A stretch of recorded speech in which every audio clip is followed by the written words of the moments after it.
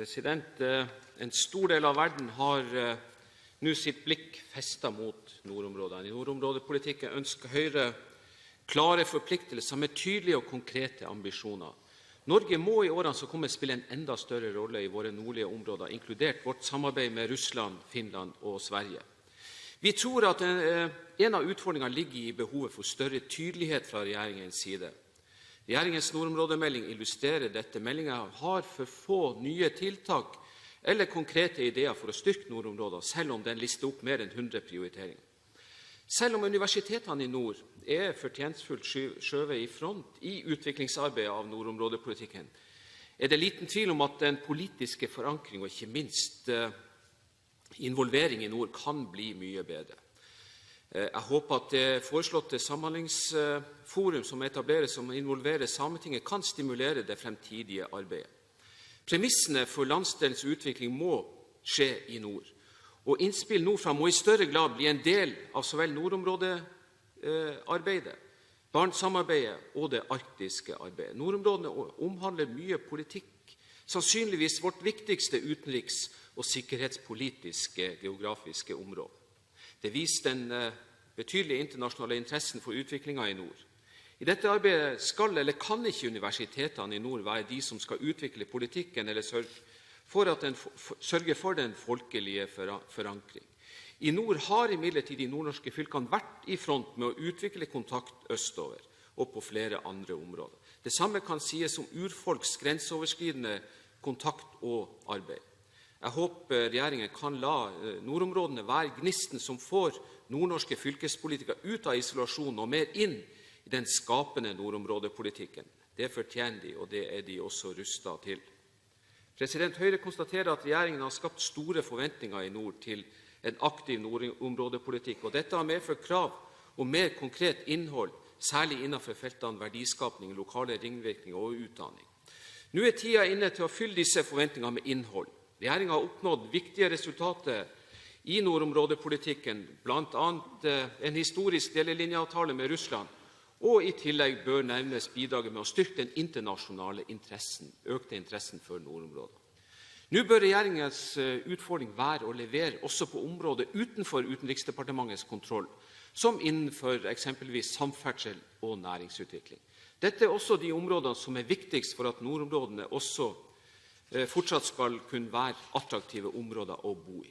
De siste års befolkningsutviklingstall i Norge dokumenterer dette veldig tydelig, hvor den nordlige landsdelen sakker akterut i forhold til utviklingen i resten av landet. Altså ikke sånn som foregående taler beskrev den såkalte rosenrøde utviklingen. Høyre ønsker en mer aktiv vei-, jernbane- og havnepolitikk i nord. Noen strategiske lufthavner i nord må utvikles. Vest-østlig flyforbindelse på Nordkalotten må utredes, med det mål å få på plass et spleiselag som kan bidra til å få fly på vingene i nord som flyr på Nordkalotten. Det sier seg selv at bilturer på 10-15 timer eller dyre flyreiser via de respektive lands hovedsteder hemmer enhver forbindelse eller utvikling. Høyre ønsker at vårt forsvar skal ha en tilfredsstillende tilstedeværelse i våre nordområder. Høyre ønsker en mer aktiv og målrettet utdanningspolitikk i nord, og vi foreslår bl.a. et nytt russisk språkprogram. Språk er i denne sammenhengen døråpner i nord og et bidrag til økt eksport og handel på tvers av landegrensen, og dessuten et viktig tiltak for å styrke den mellomfolkelige kontakten. Så vel kommuner som lærere bør i denne sammenheng stimuleres. Vi ønsker også en oppjustering av ingeniørutdanningen i nord, som kan ta høyde for den dramatisk økte etterspørselen etter ingeniører, også i nord.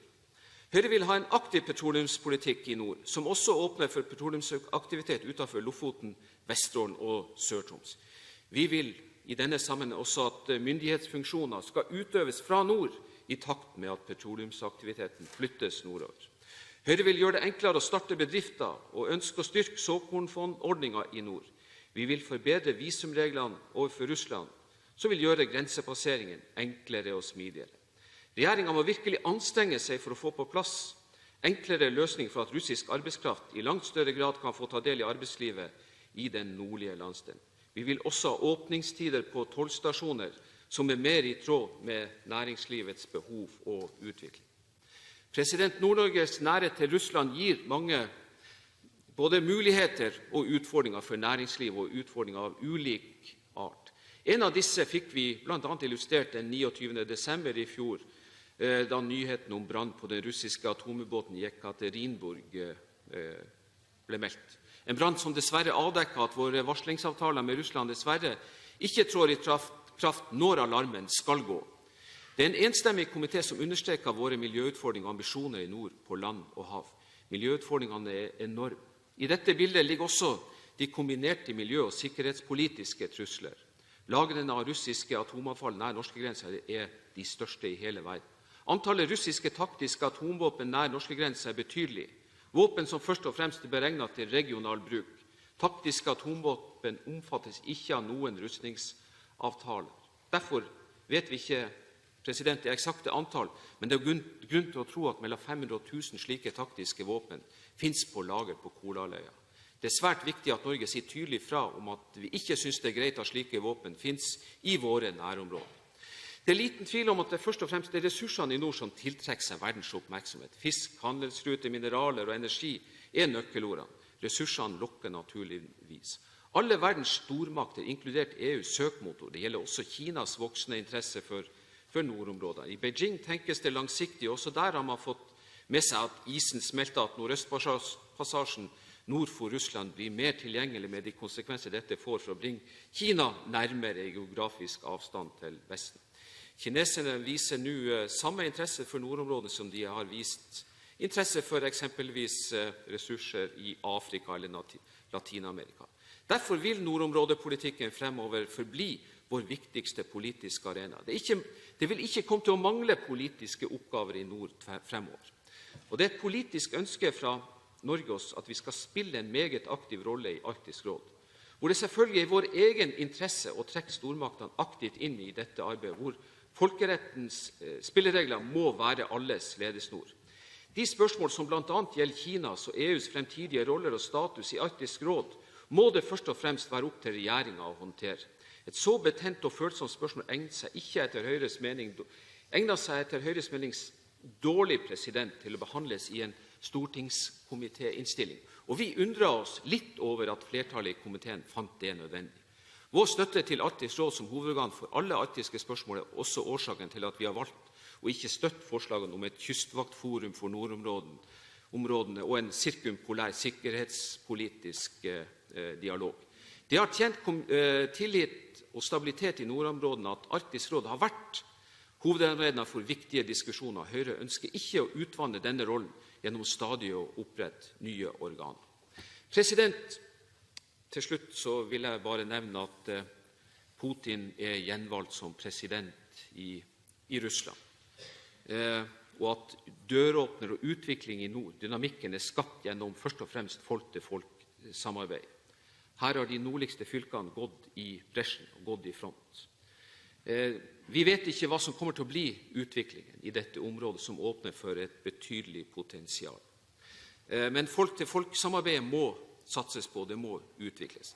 Et punkt som jeg gjerne skulle ønske ha fått en enda større oppmerksomhet, er idrettens plass. Idretten oppfattes ofte som en del av kultursamarbeidet i Barentsregionen, men på russisk side er det to atskilte forvaltnings- og ansvarsnivå. Det innebærer at en Barentskultursamarbeidsavtale mellom Norge og Russland ikke inkluderer idrett som en del av samarbeidet. I over 50 år har Finnmark fylkeskommune, Finnmark idrettskrets og Murmansk oblast hatt et utmerket idrettssamarbeid i Barentsregionen. Tiden er nå inne til å formalisere et norsk-russisk idrettssamarbeid, tilsvarende det vi i dag har innenfor norsk-russisk kultursamarbeid gjennom Barentskult. Et samarbeid som kan forankres gjerne i Barentssekretariatet med tilsvarende utvikling av rammebetingelser for idretten som for kultursamarbeidet. Her må Norges idrettsforbund ta tak. Til slutt så vil jeg bare tilføye at etableringen av Stortingets arktiske komité har vært en suksess. En av grunnene til det er at denne komiteen har en meget aktiv og dyktig leder som illustrerte dette gjennom sitt saksordførerskap og hovedinnlegg i dagens nordområde.